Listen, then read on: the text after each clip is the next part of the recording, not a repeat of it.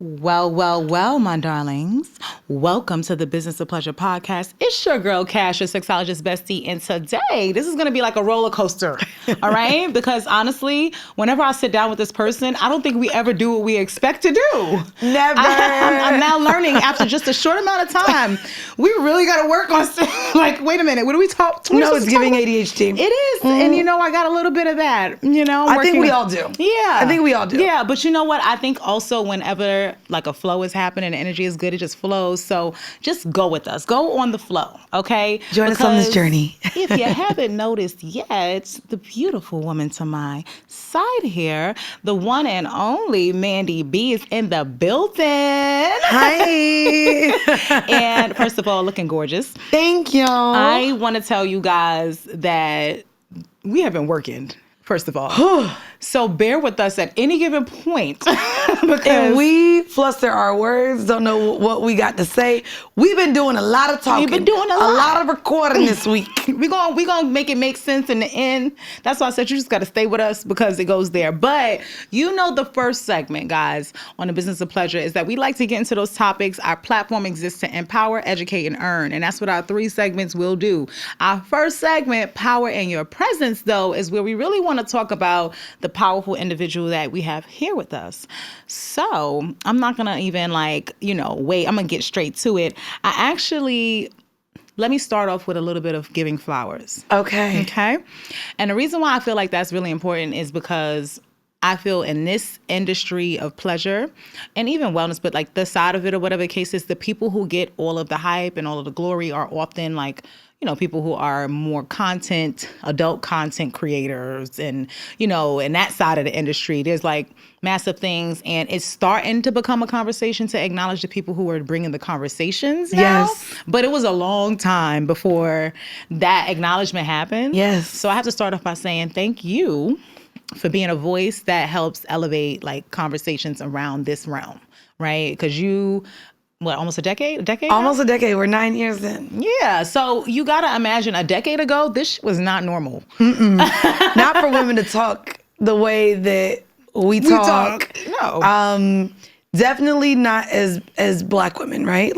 In terms of speaking about kink and things that when we first started the pod too, we used to call things WPS, like white people shit. Not realizing that there's a huge community of kinksters and lifestylers within our own communities that we've just never seen platformed before. And I'm so grateful to have I do believe we spearheaded those conversations in normalizing what non-traditional love can look like and what non-traditional sex can look like, especially for us. Yeah. Being that we, oftentimes it's not talked about in the household and we learn it, unfortunately, in a very unsafe way because the conversations aren't had. And so to me, even with starting Whoreible Decisions, whenever someone asked what our podcast was about or why we made it, literally it was to destigmatize kinks within the Black community. That's literally what our little stamp, our thing is that's what we're working on doing. And I mean, there's still mad stigmas that we're getting, that we still have, but that was our mission. That was the claim, yeah. That was the mission, yeah. It's funny because, my best friend and I have openly been that way about our conversations for a long time. So when you see other people who are like that, first of all, you're like, you feel seen. But you're 1,000% right because even now, the way I'll talk about things is still not even fully reflective of then. Because I think I still entered it with slight caution. Yes. Whereas now, it's like, you can't tell me anything. You can't tell me shit. Right? You can't tell me shit. And at least you found, and that's another thing, you found partnership in doing so. And you know, your episode with us is dropping as well this month with your partner. And I loved hearing him say what I know I've had conversations with in terms of my partners where a lot of people are scared to be with women like us. Yeah. So boisterous and brave to speak out about our pleasure, what we enjoy, sex, because of course, no one wants to be with a quote unquote hoe. That was another part of naming our podcast, Whoreible Decisions. It's funny now to say, but the same way we as a community reclaim the word nigga and bitch. And we wanted to reclaim the word whore and make it something that could be empowering. Now, clearly, that didn't work. It didn't happen, and no one still wants to be called a whore or a hoe. No, but I think that like everybody, because I mean, if it's in your house, in your bed with your person, and they say it, no, of course that's fine. But in terms of society deeming you as that, it removes your autonomy, your ability to be a victim, the way in which someone respects you, unfortunately. You just hit it on a note with that ability to be a victim point right there. That one right there. Because it's so funny because I tell people like, at first, and this is not necessarily my mindset entirely now, but I remember in the beginning, I was like, if they're going to sexualize me, I might as well benefit. And it just kind of felt like because people were going to get what they were going to get anyway. And, trigger warning to anybody who's experienced any form of assault or anything like that. I was like, I got dealt trauma like Oprah was giving it to me. Like, you get a little DV, you get a little sexual assault, you get a little bit of drugs in the family, you get a little bit of, like, I just felt like, okay, why I gotta get a little bit of all of that? Like some of the world's deepest traumas at a very early on. And by the time I was like 19. I mean, that's the experience for a lot of black women. A lot of black women, yeah. And so then going down the path, I actually didn't plan to be this today, right? I mean, to be honest, I don't think anybody does. When they were in elementary school, like, what do you want to be? I'm a sexologist. I'm gonna be a podcaster and share about every time I sucked a dick. I'm gonna coach a penis in someone's mouth. Like no one like this isn't a career or a thought of, especially for us growing up. I'm in my 30s. A woman. The only person we saw was Dr. Ruth. Yeah. Old ass white woman, but never saw anyone that looked like me or was relatable talk about the things that we talk about now. Yeah. And I just think it's so important. But yeah, I ain't grow up saying I'm gonna share. Now I did want to be a video vixen at one point. I cannot be mad at that because video vixens had a very big name. Like they were the it girls. And they got to go on yachts. They used to travel. Like they went to goddamn Brazil. I'm bringing up, I think that was a Snoop Dogg and Pharrell video. Going the hard route and not going. And I'm like, I could just be in a bikini and make thousands of dollars around rich men. Ooh, you know what I mean? That's real. No, that's real. It's so funny because you really never know what leads you here. And ironically, like becoming a sexologist, and this is why like my love and for the BK family, shout out to all of the BK family. It became so rich because they gave me permission, right? And then they gave me access to the resources to make it a thing. Like I came into like, I'm gonna just put dildos on the table, right? I'm from New York. I could hustle anything. I could hustle some dildos, right? So I'm like, yeah, we're gonna get this coin. At that time, my son had just got diagnosed. Okay. And I had to leave politics. It was like too much work, too much stress. I was like, I need to be here. What can I do? And slinging ding-a-lings is the thing, right? Slinging ding-a-ling is crazy. It was for real. And so I went to a party one time and I, just doing my regular intro. Hey, girls, we have a good time. And I guess something I said in the intro of like, whether you know what you like or you're here to figure it out, I got you. I never thought that one sentence was going to be so big. But one of the guests in the party, like she came at the end of the party to the order room, like to buy her stuff. And so as soon as the door closed, she just broke down. And I was like, what's going on? I thought we were having a good time. Right. And she was like, I want to buy a dildo. And I was like, okay, you're in the right place, girl. I got you. But I didn't understand what she was experiencing. And she had said to me, is this a safe place? And I was like, this is the first time I'm like, absolutely. I said, we the only ones in here, and whatever happens in here is not leaving. Right. And she said to me, it done left. It's on the pod now. Right. Yeah. But at this point, but I was like, we're good. And in this conversation, you're good with me. And I was like, so she said to me, I'm crying because she had been sexually assaulted. She's abstained from sex since. This was the first time that she had considered any kind of sexual anything since the experience happened. And so the mere fact of that she was even open to buying a toy was like a big step. Okay. Right? And so when she said that, I was like, I knew I wasn't qualified to a degree of certain, but I said, listen, I'm not a clinical expert or anything like that in this part of this realm of it. But I've experienced what you've experienced, and at minimum, I could relate to this feeling. And I said to her, and I know toys. So I can help you pick one that's going to be good for where you are in your process, right? And we talked about it as she went through it. And I was like, feel this. Is this too strong? And, I didn't care how many people were waiting out there to buy a toy. I didn't care anything. She was going to get all the time she needed. But I never wanted to not be able to help another her, like in a more thorough way. So I was like, what do I have to do to be the girl that can actually help her beyond buying a toy? And that's what took me here.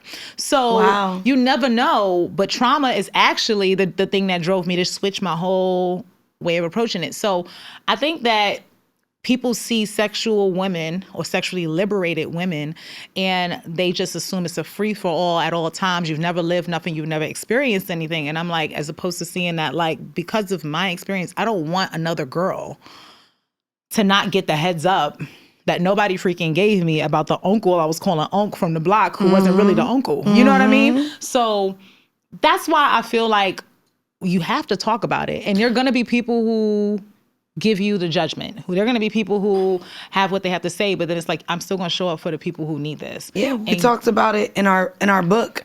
So it was a really deep and reflective process writing No Holds Barred. I like to say it's a mix between Zane and Chicken Soup for the Soul.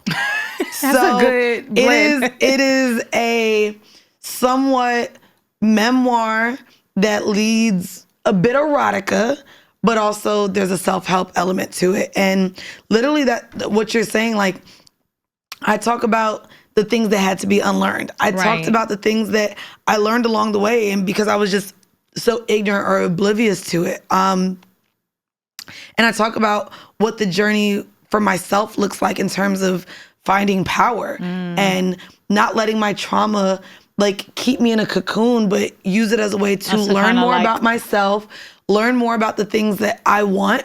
And in terms of what I want, it's what I want from a partner, what I want from the universe, how I want my life, how I want to exist. We do only get one life. Right. Whether you believe we live multiple lives, we was here before. I just know about the one that I'm in right now. I know about the one right now. So if the one right now is all I got, I'm about to live I gotta live it to the best. And it's not sulking about a breakup or a man that didn't work out. It's not sitting here and victimizing myself and being, this person who's in a shell and can't move past the trauma of what someone else did to me. It's sitting with myself, not blaming myself, and finding the power of how to put that energy into something else. Yeah. And by doing that, also learning at the same time how to communicate and vocalize the things that I want to make sure I get. And so whether it's the power of the tongue in terms of manifesting what I want career-wise, it's also telling exactly how I expect to be treated, how I want to come in the bedroom, how it turns me on that you take my trash out, how, I'm getting my nails done, you gonna pay for that? It's literally just making sure I get what I want. What you want. And knowing that being able to say no as a woman holds so much power, being able to also receive no from other people also holds a lot. Also holds a lot. Like, we have to be able to see the power in saying no and receiving no. I always tell people sometimes rejection is protection. And so accepting rejection, sometimes you're not going to be everyone's cup of tea. Sometimes a man ain't going to do what you think he needs to do. And it's also caring enough about yourself that when you get that rejection, when you get that no, you don't sulk in it. You don't beat yourself up about it. It wasn't for you. Yeah. Rejection is a form of I say it's a protection. Yes. You never know what the rejection was keeping you from. So if I just see it as, you protected me, then I can accept it a different way.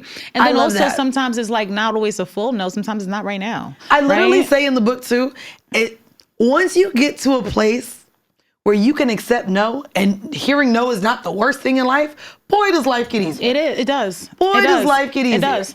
Because I think you spend too much of your time working to make every piece of every puzzle and everybody's life and everybody's story fit instead of accepting that they don't. And then literally, and it stagnates you. Or wondering why. Yeah. Or shoulda, woulda, coulda. Like, those things keep you in a loop that actually end up keeping you from receiving the things that you really the things need. that you need. Yeah, I feel like it's like plenty of times God done slapped me in my head. I was like, God, just put my glasses on this time. Like, I'll be blind. You know what's crazy?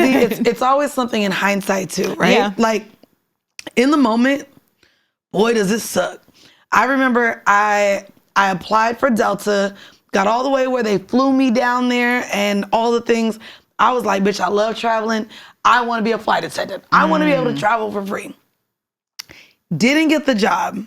And when I tell you, I racked my brain about what if I answered this way? What if I did this? Wrong? What did I do wrong? For months. Well off into a couple of years after, I was like, well, what if I was and literally when I started the podcast, or it's come to places like now where I'm literally like, if this happened, then this wouldn't have happened. And look where I am now. And like in hindsight, you get to see like, I'm exactly where I'm supposed to be. And so, like you said, if something doesn't happen for you in the moment, if a relationship doesn't last, and you still get to travel, but now it looks different. It looks right? different. And so it looked different in my pockets too, because the bitch got to pay for it. But it would have been much better if I wasn't paying for it. Everybody got to get them a best friend in the industry or something. You got to have, shout out to my girl, because she be making sure, but I know that's right. It's definitely, but sometimes I also am grateful that, like, and I tell people, you trade in your old problems for your new problems, because the problem could be like, I'm always spending my money. But then at some point realize, when you're getting booked, sometimes I'm traveling because they're going to have to cover those costs. Yep. So there are still ways, and somehow you still get to experience the things that you experience, but just in a way that is probably more divine for you. So I could that shit is 1,000% real. Yeah, so I have a question for you though, right? Yes.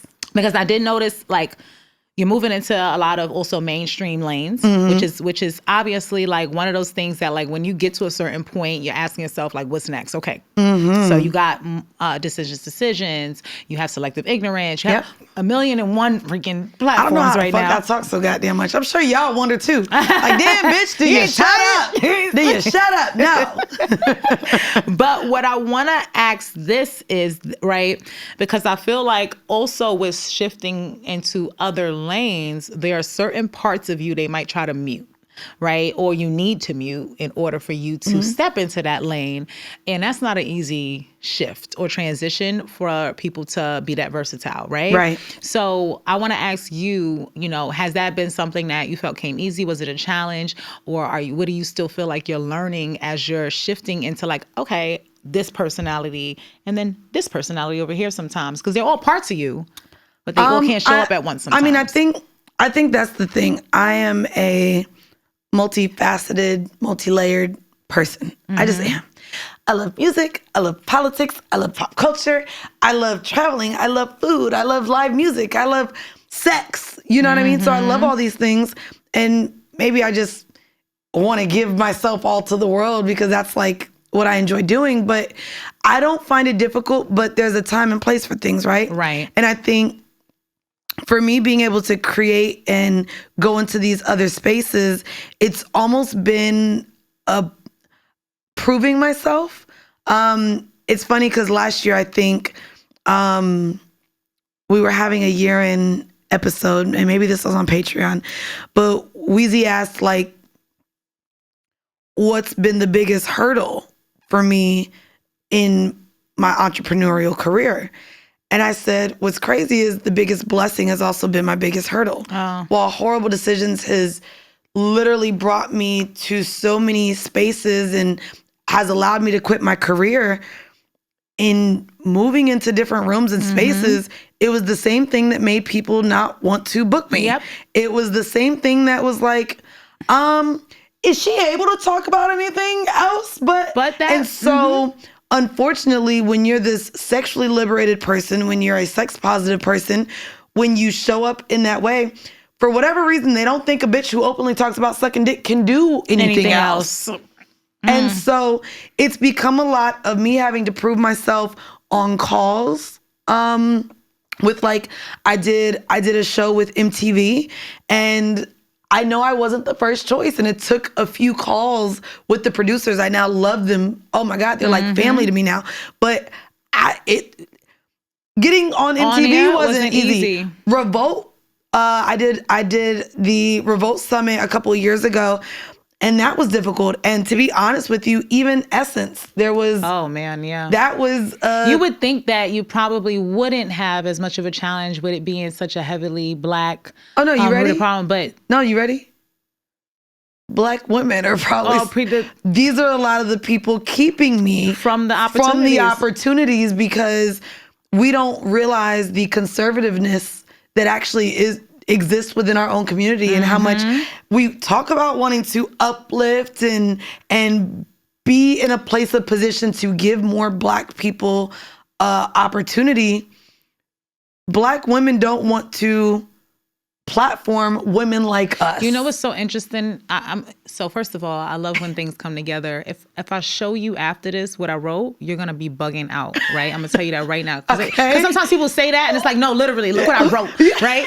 So I say that to you because let's get real with this, okay? Okay, talk to me. Because not only is that not only true, it comes at Black women of all ages. And in the past episode, and I won't bore y'all with all the details again, I spoke about how even at 11 years old, I was the glass valedictorian, and essentially, I graduated top of my class. Yeah, everybody in that school. I have 2 degrees. Everybody in there knew I was smart. Y'all all knew who I was, right? But I had, I guess, the test that I took, the state test, I perfect scored it.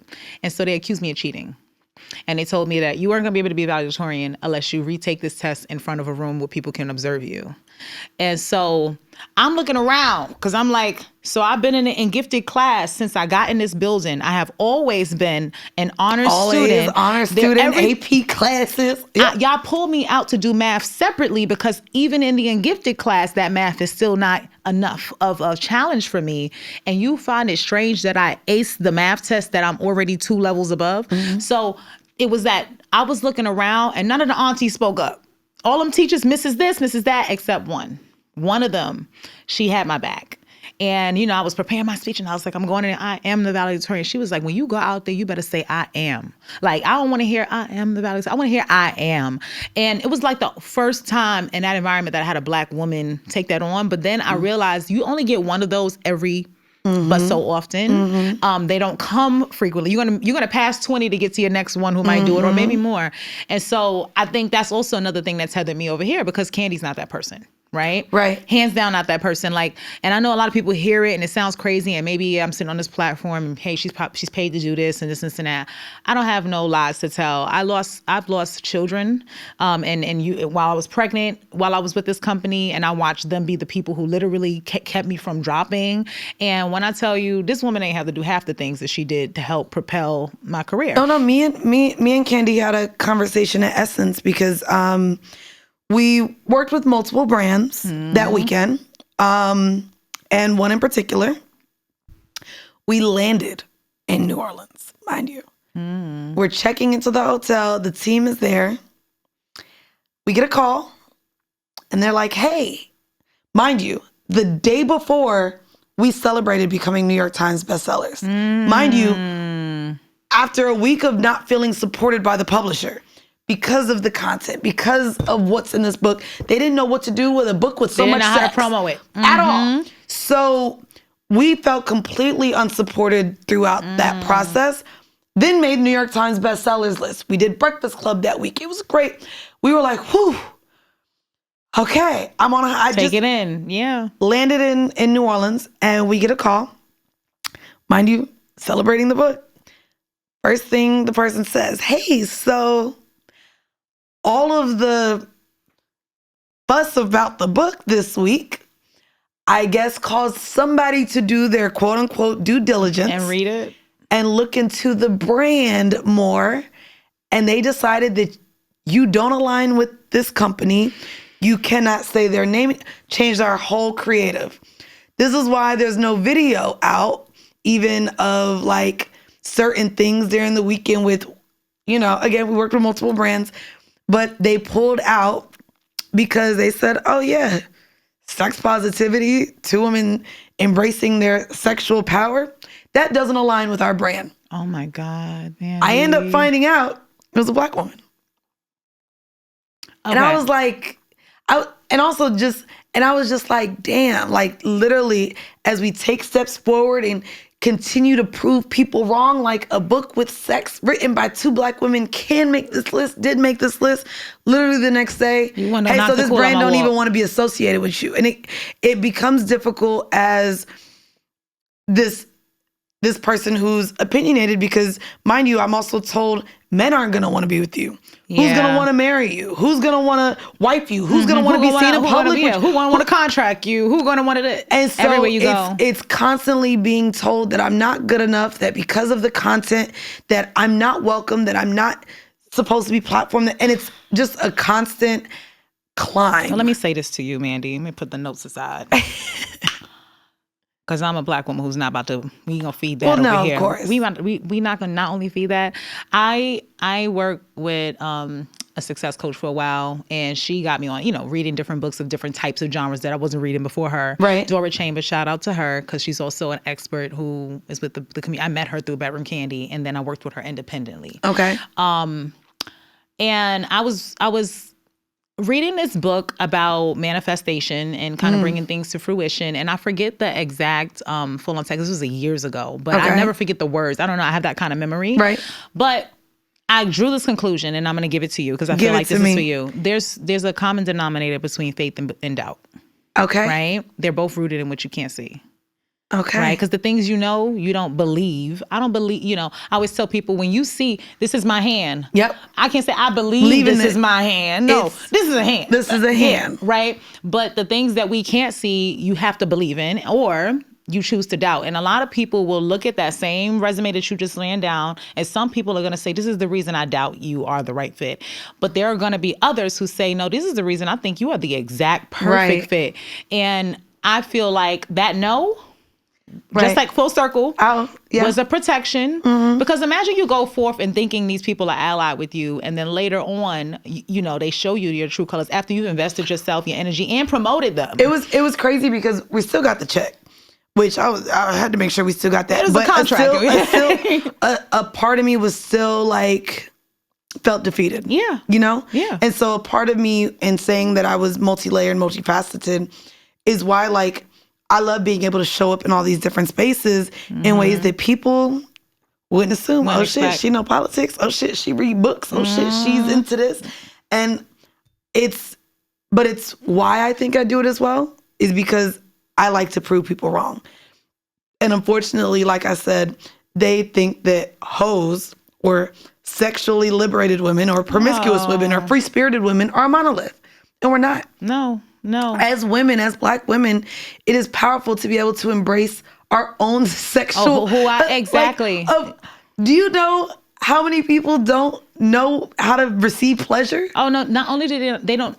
I feel like as a Black woman, I learned how to give. That's all we do is give. Yeah, I learned how to give. And I knew once I got to a certain point, I wanted to know I could suck the best dick. I could ride the best. I could this. Because also I heard how guys would describe certain women. If you were good at the things you did with that person. I need you to teach me how to do that squirt shit. I ain't even gonna hold you, bitch. It's the squirt. I got to know how to do the goddamn squirt. I promise you, that's the thing. Oh my God. Like, I want to learn that so bad. When it happens to you, I swear Mind to you, God, I know how to do it, but only when a man does it. No, when a man does it. I want to know how to just do it yourself. Yes. Watch what's gonna happen when you do it. Your face is gonna be etch a sketch in my brain at that moment. I want you to know goodness, that. I'll never forget the first time. Actually, the first time I kind of brought myself to do it on command. I was recording it because sometimes that's one of the things I like to do. I like to record myself. Okay. And I'm like my own porn all the time, right? So just masturbating and trying different new toy come out. I'm like, I'll get my whole thing ready to get my, this is my pleasure selection over here. So I remember the first time and I caught it it happened and I was like, in the camera. Kid you not. Goodness. Like, so I'm ready. I gotta learn. Okay, it comes so full circle, and I'm going to shift us to adult edutainment, right? Because I think this is the perfect point to kind of move into it, because everything you're speaking to not only speaks to being the kind of woman who's bold enough to do it despite the doubt, despite all the things you said, but what you just said about the sexual piece of it and what they think about it is that I have even worked with women who were in sex work a decade, right? And I had one client Okay. who, and she's spoken about this openly too. I had one client who literally told me that, I've been having sex for the last 10 years and I still don't know what makes me come. Right. As far as sex, because all of it is, even that work was in service of doing whatever, whatever he wanted. And I was like, or she. So even people have the misconception that a girl who could be a woman of the night might know all these things, and she found herself in this next stage of womanhood completely clueless as to her body, what it was. And so I'm like, I never thought that would be the kind of person who I'd end up like working with in a dynamic. So you're right about that, but kind of going into it, I feel like playing with sex toys was the first thing that taught me like my body's yes and no. Oh. Right? Like my body was yes to this, no to that. And then I feel like stepping into kink became the thing that allowed me, like dominance allowed me to own my voice, and then submission allowed me to hear others. Okay. Right. And I feel like that's helped me in my career a lot. And so I kind of want to talk about that because I feel like while we're speaking about taking ownership and taking it back and reclaiming and things like that, like the identity beyond the microphones or whatever the case is, I want to talk about, your dominant energy. Right. But it don't ever leave. Listen, but in the spirit of not putting you in a box, I don't want to talk about sex.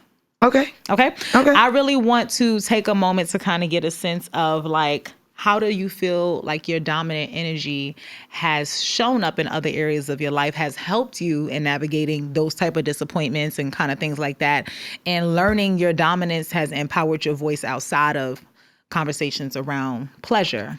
What's crazy is I feel like my dominance comes from my independence, which was almost transferred to me by being raised in a single parent household. My mom worked multiple jobs. My mom was just a very strong woman. Like she had to be. She was mom and dad. Yeah. She paid the bills. She was raising 3 girls on her own, and so because of that, I also had to start work very early. My first job I was 15 years old. Me too. I was 15. What's up, first just met like 2 listen, first job was Quiznos.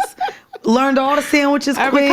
You know what I mean? But I think a part of my dominance also stemmed from wanting to, I don't want to say complete, but I was very competitive just with myself. I played all the sports in school, so even shit that I didn't know nothing about. I played soccer. I was the goalie in soccer. I played volleyball. I did track and field. Now I enjoy volleyball. Oh, I love volleyball. Volleyball and basketball were my favorites. Okay. But I remember even one year, I was like, you know what?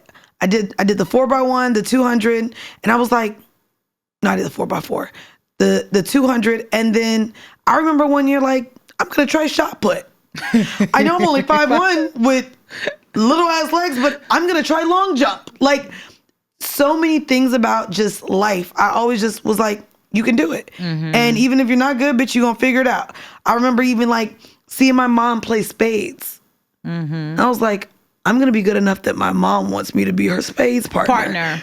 Because that's a very important thing. Look, you feel me? And so I think like a part of my dominance came from just my confidence in wanting to be great. It sounds like you wanted to conquer. I wanted to own so much, and I wanted to see how not only how many things you could conquer, but you were fearless in the approach from what I'm hearing. It's funny that you use this conquer word because literally for when people talk about me with sex and men, they be like, bitch, you just want to conquer these niggas. You just want to conquer them. Not just them, everything. Literally. And it's funny because hearing you say the word conquer, yes, there were, and not that I want a fucking dictatorship, but in my life, I want ownership. I want ownership in, if no one's proud of me, I'm going to be proud of myself because I did something that maybe I went in not knowing that I could do, but I did it. I found that like for me, because I feel the same way, and my boyfriend Chris, he calls me a blue belt, right? And he says, you're like a black belt in mad things, but then people don't know all the blue belts you have, right? And it's like, there's these things that I don't care. I don't have to be the greatest in it, but I need a level of mastery enough to feel confident.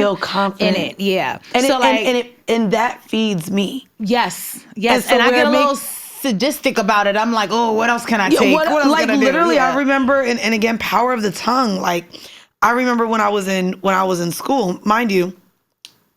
But like, there's always things too where I feel like I'm not supposed to be here based on where society thinks I'm allowed to be, right? So I went to Lehman College. Lehman College is a city university here in New York. And even though it wasn't a big, like Ivy League school or one of the big schools, I was like, well, I'm going to get my degree in accounting and I'm going to work at a Big Four. And mind you, I knew I was going to be going up against people that went to NYU, that went to Columbia. And in my mind, I was like, I'm going to work at the Big Four. Ended up literally, I interviewed with the White House during the Obama administration. Didn't get it. But in terms of like what I just knew was for me, I worked at Goldman Sachs, ended up working at a Big Four. And literally it was just that like, after I'm going to do it. I'm good. Too. Is that Girl, just happened to me? After I do where it, I'm like, bitch, check. Did it done. But the skills do still transfer over in other areas because I feel like later on when you have to hire an accountant, you know what to look for, right? For example, but on top of that, like what you just said, with stepping into those things, sometimes I'm like, first of all, I'm really good at two truths and a lie because people never believe the shit that I've done. And secondly, I found that like outside of that, you never know when that random thing you did all those years ago that you never thought was going to matter in your life at all again shows up and you're like, I know that. I happen to know a thing. And my boyfriend's like, how do you know this? How do you know this? Oh, I remember all the most random shit. Yeah, random things. And so I was like, even Googling one time, like, why do turtles walk slow?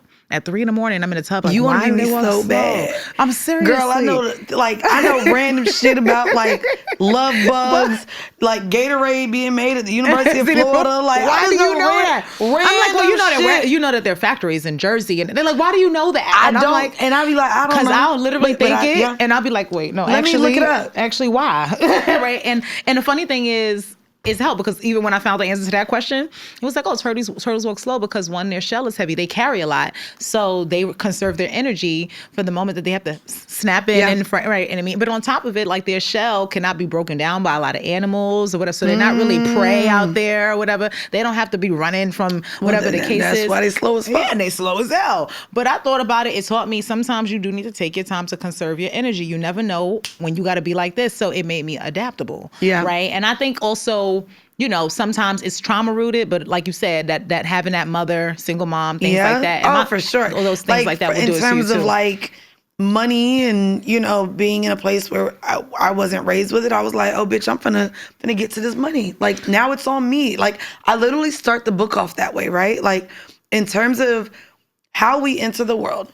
We don't get to choose our families, our socioeconomic status, the geography of where we're born. We don't get to choose our names. Mm-hmm. And so to me, I think my dominance is rooted in literally grasping control of my own life. What choices do you have that are yours that you want to make? Yeah. Yeah. That's it. That's and it. So in terms of dating and the bedroom too, it's, no, I'm gonna make sure this goes how I want it to go.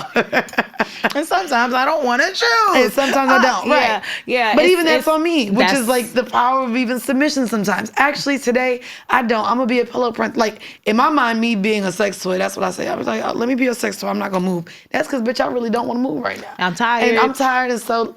In my mind, I'm still in control. I'm telling you, I'm about to just lay here. Have fun. Have fun with all the movement. Well, that's one thing I will say, and I got to give it to my man because he'll ask me that. He'll be like, what kind of mood are you in? Are you in a...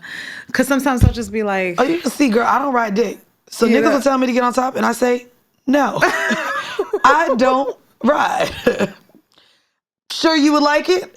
This is why I'm... ethically non-monogamous. We gonna get a bitch to ride your dick. We'll find somebody who do it. What I don't want to do it. I don't enjoy it. My hips need some opening. It's not enjoyable, and it's not a move that I've ever come from. I was gonna say, and if it's not pleasurable for you, it's even worse. It's not pleasurable for me. Yeah. Mm-hmm. Stop sucking my titties. The titties don't do nothing for me. Like I'm very just vocal and don't like. give me what I want. Don't give me what I don't want. Don't give me what I don't want. Yeah. But the thing about it is you only are able, and this is the message to like so many men and women, honestly.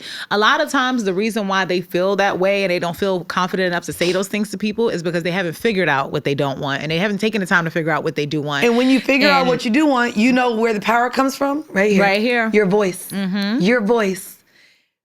Communicating those things.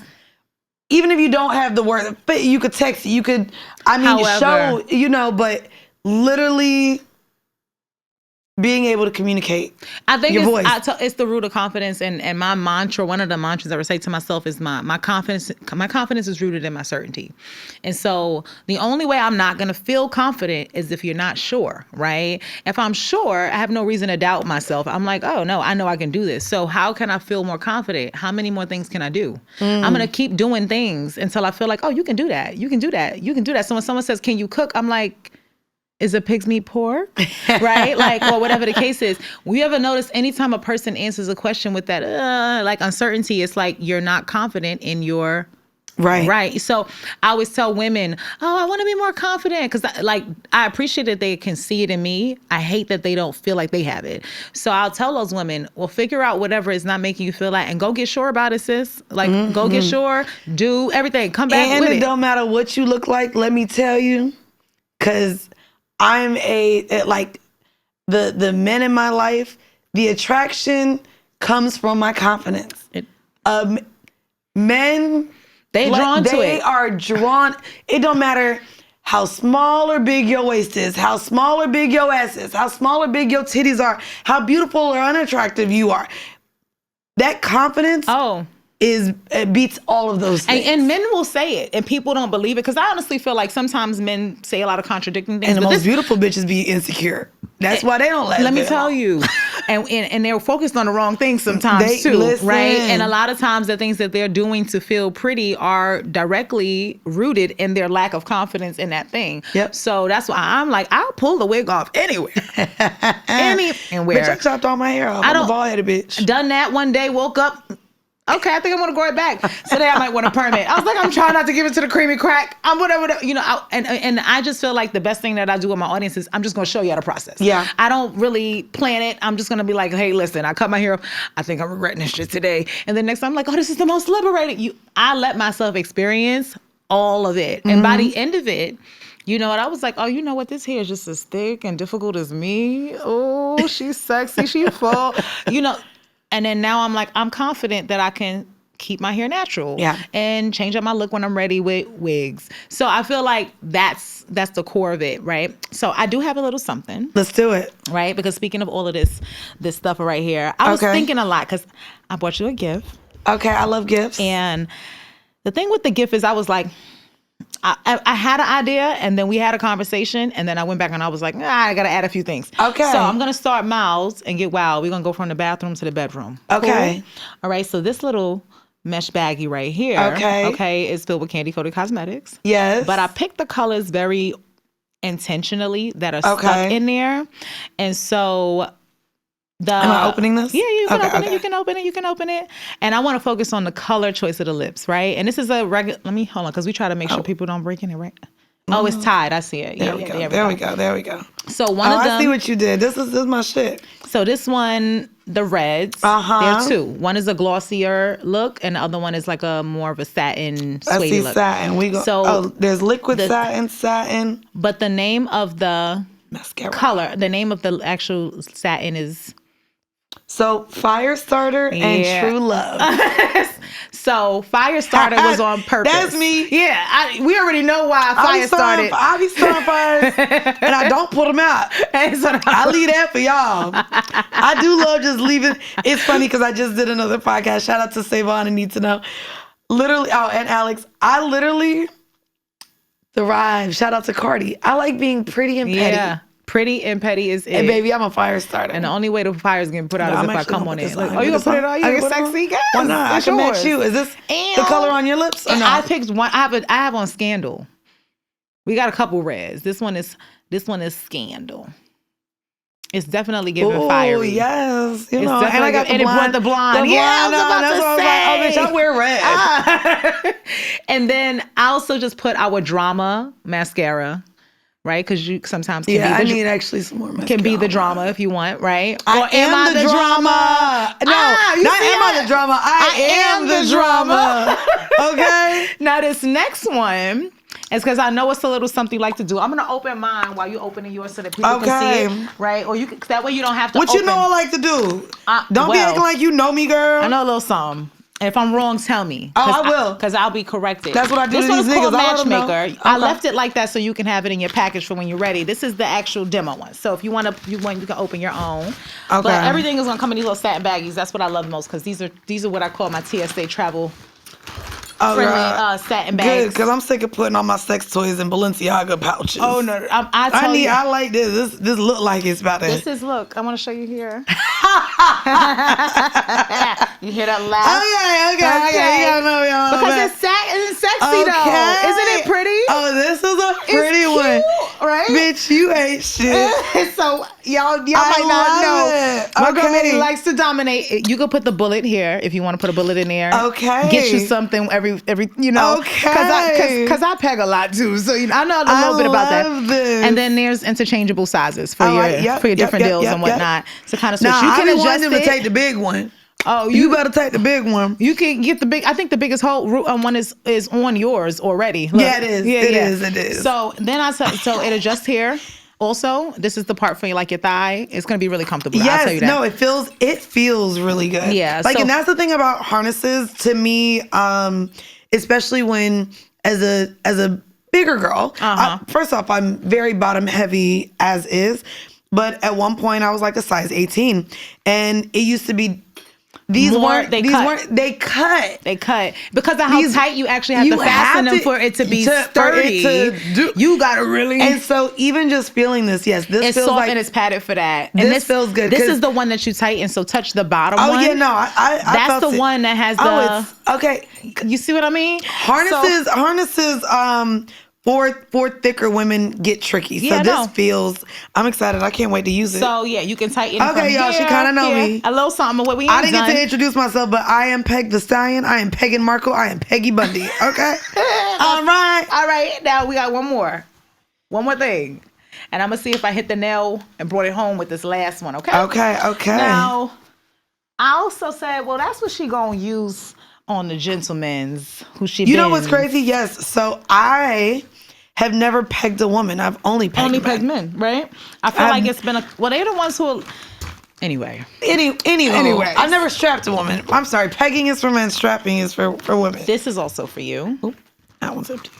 Okay. Now this one is called Just Between Us. I'm gonna open this one. This is brand new too, but I'm gonna open it up. These are tricky. Now I ain't never had the one. I've never. I'm gonna tell you who I got. It goes in your ass and your. Nope.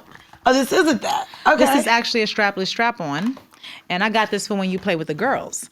Right? A strapless strap-on. So this is what it looks like. Let me put this to the side real quick, so you can see how this works. Please. I'm a direxia because I told you I was gonna help you. Now, this part right here will go inside the vagina. Wait, this part. Okay. So now once that goes in and cups the G spot, this will clip right against your G spot, and then you have a detachable bullet right here, so you can feel vibration there if you want. Okay. On the inside, and then the vibration here is going to be directly against the clit, and then that's your external. Shut up. Okay. Now you seeing the anatomy? Oh, wow. Yeah. Oh, no, I like that. I say, she need that. That. Wow. This one right here is like. You've used it. Oh, yes. And I like, so first of all, I love this. This mat here. Yeah, because it moves. This matters. It does. It's flexible enough that because you can conform. It's not the exact same. All of our insides are different. And you'll notice this part is a little girthier. Yes. So you can have a little bit more of a fuller feeling around a G spot, and then it has that kind of. Wow. G-nook. Wow, this is going to be fun. So actually, as you're thrusting, the toy is going to be thrusting in you against your G-spot and your clit, while it's also going to be thrusting in the receiving end. So this was designed for like, you know, Wow. a little lesbian fun. Wow. And then the bullet, you can actually, and I always tell people the first time, I always put a little lube in it because it's tight, but it detaches. So you can take it out and not use any vibration. But this bullet can also be put into the strap. You see what I'm saying? I was trying to have a full, you know. Now you did that. So whether whoever is in the bed, you did that. Okay. Candy, you did that. Okay. Yeah, I was like, no. Oh, nah. And you know I'm what's gonna so have funny? to use it and then give you. You gotta tell me. Yeah, I gotta tell you how it go. I gotta tell you how that go. I'll take an emoji, and I'll know whatever it is. But seriously, I was like, nah. She needs. Oh no, facts. Oh no, these are some of the best gifts I've gotten all year. I'm happy you feel that way. Yeah, because I was like, you know, I really thought about it. And I think that gift giving, I'm the kind of person who I love gifts, but I hate when it's not, when I don't feel like a person thought about me. You just bought me something as opposed to like. No, I learned my lesson last year. For my birthday, my boo got me a Dior bag. Spent too much, hated it. Took it right to Saks and got 3 pairs of shoes and some perfume for the same price of this ugly ass bag. And thankfully, he ain't never asked to see me wear. He ain't never asked to see me wear it because that thing don't. It ain't in my. It don't exist. I ain't got it, baby. I ain't got it. I am very big on giving people something that they like, that they would use. Otherwise, what are we talking about? What are we doing? It's not, the gift wasn't for me, it was for you. It was for you. It was for you to feel good about giving me something instead of actually giving me something I was going to find useful. So this year I'm asking. Yeah. I got my list of things I want. So I had already thought about one of them, but then I was like. Oh yeah, no, this is. Thank you very much. Thank you very much. Enjoy your Kinktober. Thank you so much. All right. Thank you. Now I have one last thing that I wanted to kind of ask you as just a general question, just to see like where you go with this, right? Because in the spirit of the conversation and identity beyond the mic, well, actually it's two questions and they're kind of connecting. The first one is, in what area, if you could pick a passion lane, all right, that people don't know you crave, like right now, something that's like, that you kind of want to do, you've been curious about, want to get into, that people may be surprised or just have no idea. What is that passion lane for you look like? Television and film. So I am looking to create shows and I would love to act. I would love to act. You know, that's like in my area too. Yeah, that's like where I'm at right now. Like, I've been myself for so long. Like, a part of me is like, I think that that's something that I don't know if I'm really that good at it. Let's find out. And so a part of me give me a persona that you feel like you kind of really do feel like you could be good at. What you mean? Like, if you had a role, like a role you could play that feels like. Oh, like I would do Mallory from Beauty and Black. I think I would do it better than her. Oh. You know what I mean? Like, she's a boss bitch. She knows her shit and she's with a nigga who keep fucking shit up. Okay. Like, I think that is a role so how I could would you kill. have handled when Kimmy came out and you found out that this was the new wife? What would you have did? No. I would have responded just as, oh, yo, stupid ass, you and your daddy fucking the same bitch. What she said? Oh, yo, stupid ass, you out here, oh boy got you fucking on the same hoe. You a goofy ass nigga. Like, literally, you would have. And I just feel like I would have killed that goddamn role. That role. Literally, she was laughing at him. No, and it's so funny. On some shit where, and then we can't do shit about it because niggas gonna fuck up our shares. We can't do shit about it, but you was still doing it. And because you ain't shit, your daddy hates you so much, he don't win and did this shit. When she went over and said, welcome to the family, and I said, that is to me. I would have so went over. I would have been the kindest. Yeah. You know what I'm saying? I can't wait for you to get familiar with things around here. You know? Mm-hmm. So I think I would kill that role. Okay. And then I really want to create. Okay. So the same way I wrote a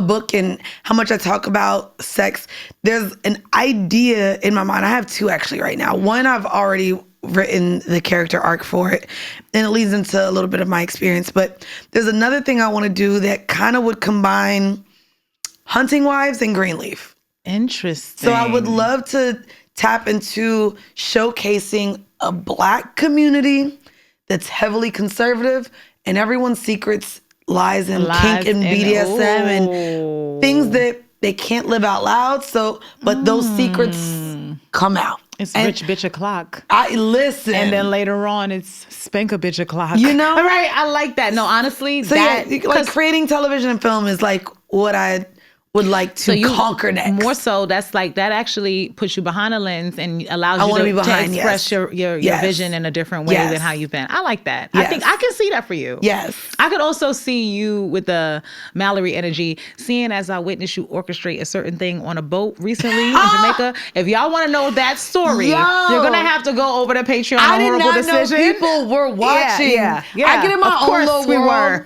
Me too. You zone out, right? Oh, I didn't see anyone watching. I thought you guys are still you here? would have thought we were in a secret room.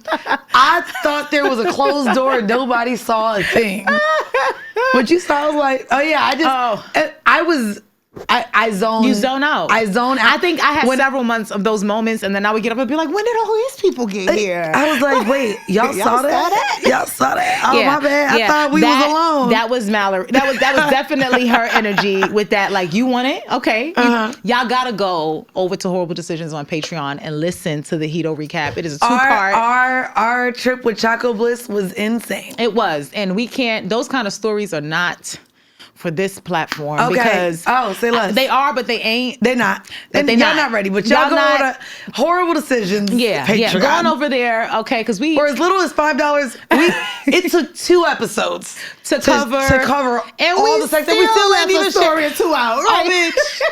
I didn't even share about the go to shower now. We need our own separate sidebar. Literally, we gonna listen. Let's just say that we are practicing what we are preaching. Oh, yeah, this ain't cap. And then the last question I want to ask before Let's go. we close out with our Money Making Monday, you get to talk about a few things, is, okay, where do you still feel misunderstood? No matter how many times you show it, no matter how many times you do it, no matter how many times you speak it, people still don't seem to understand it. They can't, like, you're still trying to find the right approach or angle to get people to receive this piece of you.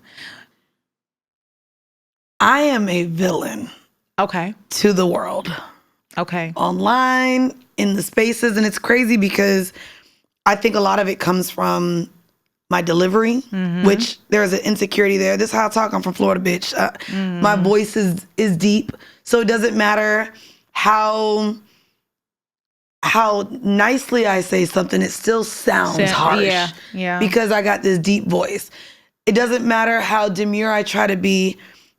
I don't come off feminine. I come off masculine and dominant. And so for me, I think it's misunderstood that I like people. I'm nice. I want everyone to win. Everyone can win. I don't fight. I'm actually not argumentative. I'm not combative. I don't like confrontation. Okay. I don't. Conflict different, confrontation, yeah.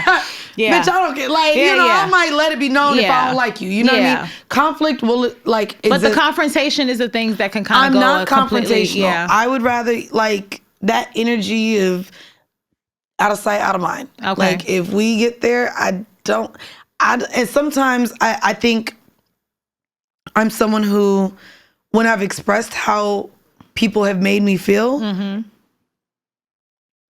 I have not been met with many people with the accountability or who receive it. Emotional intelligence to apologize for how they made me feel. So a lot of times I take those feelings and move on. Whether it's from my mom, past relationships, my current business, like, and maybe that's our conflict as business partners. There's many times where when I finally do share with someone how their actions make me feel, they have a way of reducing it or demeaning it, or they come back with, well, remember when you did, and deflection. So the deflection, I don't feel seen or heard when I do finally feel like I'm hurt, and so I maybe I walk around with a chip on my shoulder, and that, is projected in every time I'm on the mic, but I think that's where I'm most misunderstood. Oh, you know something, Mandii? This is gonna sound weird when I say it out loud, but I just saw my boyfriend in you, because he big black supervillain is what he go by, right? But the villain complex of, like, people have hurt me. Yeah. And don't acknowledge it. And especially because he's big, people don't see like the big guy getting hurt. But when you said that, I heard him say that to me and I was just like, Jesus, right? Because like for me, I'm the complete other side of it, right? I'm so nice, I'm so kind, I'm so this, I'm so that people don't respect that. Like when I toggle that line, I'm gonna be another person to you and I'm doing everything in my existence to not be that person because I don't even like who that person can become, but she's there. She exists. And so it's like when it's a mirror and a reverse, like a shadow, like you know how you're not the shadow. And so, and I also think it's why we work because he's the villain first and I'm not. I'm the superhero first, but he knows how to tame my villain and I know how to surface his hero. And so that shit is so real what you just said because how many times am I supposed to allow you to minimize my experience before, you know, I get to a point of not giving a fuck, right? And then mind you, it builds up resentment because for all the things that bother me and maybe your actions, once you feel silenced there as a person who feels like it doesn't matter how much you tell someone they're hurting you, it's not going to be received and nothing's going to change. You just kind of live with, unfortunately, like just being upset about it. And you know, the thing is, if you don't want to live in it, you have to let it go. And sometimes that doesn't look nice to people. They don't like what that part looks like. So it can kind of surface a version of them that villainizes you when they don't realize 100%. that my villain is as a result of the villain you were to me. And I mirrored it back and you hate that. And you hate it. Yeah, I could see that. And so I think that's like, I don't want to be that person, but baby, when I don't fuck with you, I am not a phony person. So baby, once I get to the point where I see that's where I put you, I'll hold you, then that's where I'm at with it. And that's where I'm at with it. But what I want to say is, because I think that for me, there's a level of not just desensitizing, right? Because that's one thing, but compartmentalizing that it actually hit me, it snuck up on me and it just like straight stomach attacked me last year ago. Compartmentalization ass bitch. I compartmentalize probably to a fault. And the thing is, because you are the kind of bitch just a little bit like me, we're gonna be really good at it. We're gonna be too good at it. Expert I could own an extra space storage franchise across the nation with the amount of things I have locked in certain places. So, I can show up for you in one space and I give a fuck about you in the other. Yeah. And so, I have this way of placing people in. Once I put you here, and it doesn't mean that doesn't have to be hell. There's levels, right? But then when I put you here, after you were here, you stay here, and you don't get back here. You don't come back. Now I will say, I can reach a space with people of acceptance for where, like, as long as you can accept where we are, right? And our paths don't have to like interfere with each other, we can live with that. But I definitely relate to that. And that's exactly how I've treated every dude who fumbled this bag. Period. I know every time you see me smiling, a little part of you crumbles a little more inside, and I get a sick sadistic pleasure out of it. No, but seriously, on real talk, I feel that. So first of all, thank you for trusting me with that. No, of course. That was real. That shit was so. And I'm a Pisces, y'all. I'm a Pisces, y'all. Oh my God, emotional as fuck. My boyfriend calls me crises. That's crazy. Because he says sometimes you're from the crying, but also that I'm the crisis. That's sounds about right. But I'm an emotionally intelligent Pisces. I think once you meet an emotionally intelligent Pisces, tears is not like every little thing makes me cry, but when you see a part of you in someone, you can't help but like our whatever version or age of that person of us just be like, hey girl, I felt. I love that you refer to yourself as an emotionally intelligent Pisces. Yeah, it's a difference. Yeah. Because I've definitely toggled and been around some of the others. And I'm like, if you don't go figure out and reflect and do whatever it is that you need to do with yourself to be good. Because the thing about me is I'm going to mirror you and you're going to hate. If you don't like what you look like, don't put that on me. It's on you, you covert narcissist. So Pisces are more emotional narcissists though. Like they Okay. weaponize their feelings. They do the shame, they pity, you don't care about me. You don't, whatever. When they're not emotionally intelligent, everything that they feel bad about themselves, they put it on you and say, you don't did think it. I'm pretty. You don't, instead of saying, I don't think I'm pretty. So if you ever come across a Pisces who's doing that, they're not there yet. Send them back into the chamber. Tell them cook a little more. Come back on out. And I don't even stars and moons. I'm not a stars and moons girl. I'll say this. I just say Libra's the best sign because that's what I am. Because that's what you are. But I don't know shit about Libras is a fun signs. sign, no. I always tell people this. I pay attention to characteristics in people. And if I see characteristics, I'm like, okay, I can see that. Where I know I'm a true Pisces is that I could live at the bottom of the ocean or I could be floating on the top. Right? That's right. But I think, again, emotional intelligence is what separates it because I need to know, bitch, you at the bottom of the ocean today. Yep. A lot of them will be there and swear they're on top. Yep. And I'm like, no. But I want to say Money Making Monday is our final segment. We close in just a few minutes because we drop on Mondays. We want to let them know anything about how they can get to you, the things you offer, you got. But also if you have like a boss ass tip or anything you want to share or whatever the case is, as we kind of conclude this, give it to the peoples. There's power in delusion. And so whatever you want to do, I told people I was moving to Atlanta to get on radio. I had no interviews, no jobs. It wasn't, but I said, I'm going to Atlanta to dip my toe in radio. That's what I see next for myself. 9 months later, I have my show in Atlanta, 6 to 8 on Hot 107.9, Off the Clock with DJ Jazzy T. And I think being able to accomplish where I'm at now, I remember when I was in corporate saying, it grew, right? At one point when I was bartending, I said, I just need $1,000 a week. Then it went to, I just want to get to six figures, right? And six figures to us was just $100,000. Yeah. It was like, it was never that, there are other figures in the six figures. It was $100,000. And now I've had one job create that one amount. That one amount. Yeah. And so you are limited to your scope of what can happen until you say it, put it out into the universe, and make it happen. And mind you, you have to work. You got to put in the work. But once you believe that you deserve it, it becomes yours. It becomes yours. It becomes yours. You have to believe you deserve it. And like, I'm not even no witchy ass bitch. I don't do the crystals. I don't but the way I know I deserve the world is like falling to my lap in terms of love, the treatment I'm now getting from my partners, the opportunities in business. It's coming because I know that I deserve it. And the world deserves you, right? And every part of you.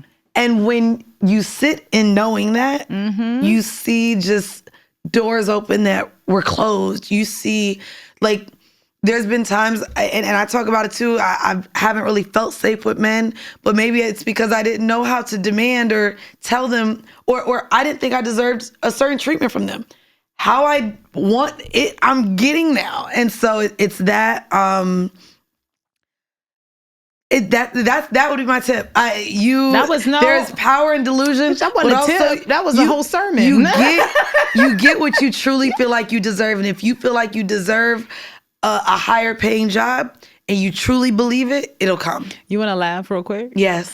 As you was talking, the side of me that has an actress in her couldn't help but think, yes, Lord. And Sister Mandii, and as she said the word, Lord, you have to be crazy, Lord. I don't know. And then I was like, go back inside. You gotta be a little crazy. Gotta be a little delulu. Gotta be a little crazy. Gotta be a little You delulu. have to be a disruption. Yes. You have to be a disruption. So I appreciate that. Let them know. I know you said the radio station, but how they could connect to all your platforms and everything. So I'm working on changing my handles, but right now you could catch me everywhere, either at Full Court Pumps, or my stream is at with Mandii B. And I'm working on my site with Mandii B. Everything will be with Mandii B soon. But Full Court Pumps is where you could find me. Every Monday, I drop Decisions. Okay. Every Tuesday and Friday, you can get Selective Ignorance wherever you listen to podcasts. And then, of course, my book, No Holds Barred, A Dual Manifesto of Sexual Exploration and Power. Wherever you get books, and I always promote for you to buy it at your local Black-owned, woman-owned, or queer-owned bookstore, because always support that. And so No Holds Barred is available now wherever you get books. I love it. I love it. I think that's everything. I be working, bitch. You I be do. working. And I know that you got enough on your plate, but there's one thing that I want to tell you. We're not a brand who'll ever say no to you. Thank you. So if you ever need a family, thank you. This is my invitation. No, and like I said, I got to down. meet Candy during Essence.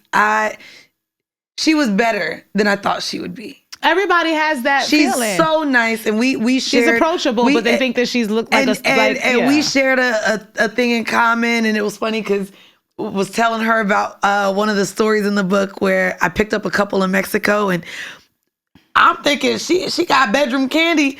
Her jaw dropped when I'm telling her my goddamn story. I said, it's no different. She'd be like, and what you doing with that? But her curiosity is going to be like. And so I love Candy. Yeah. I love her. We definitely, and I feel like that's, we invented, we listen, and we don't judge over here. So guys, first of all, Mandii, thank you for your transparency. No, thank you for having me. The jokes, the laughs, the kinkiness, the all of it. I can't wait to hear how your Kinktober goes by the end of it. Well, hopefully I'm with one of my boyfriends on a trip. We're supposed to be going to Tennessee for like some cabin lifestyle trip. So you know, I just did that in January. It was cute. It was nice. Okay, it was cute. I was supposed little to do hot that. tub with the elements around you. I'm here for it. All of it. I'm here for all it. Of it. And I've never been to a cabin. And absolutely bend over the balcony. Oh, I'm gonna bend over a tree. Bitch, I already had the nigga climb a tree. It's the same nigga fucked in a tree. Was it? Oh yeah. Oh, he's adventurous. He is my. I told you that's my boyfriend now. Y'all, we gotta talk. This has been the Business of Pleasure podcast. I'm your girl, Cash, your sexologist bestie. This is your platform where sexy meets success, and we put the P and power and pussy and all of the. Okay, y'all get the point. Pain, pleasure, progression, whatever you want to go with, and we will see you again soon. Because what? A tree? The same tree taking you to more trees? Yes. All the trees. All the trees. Bye, guys.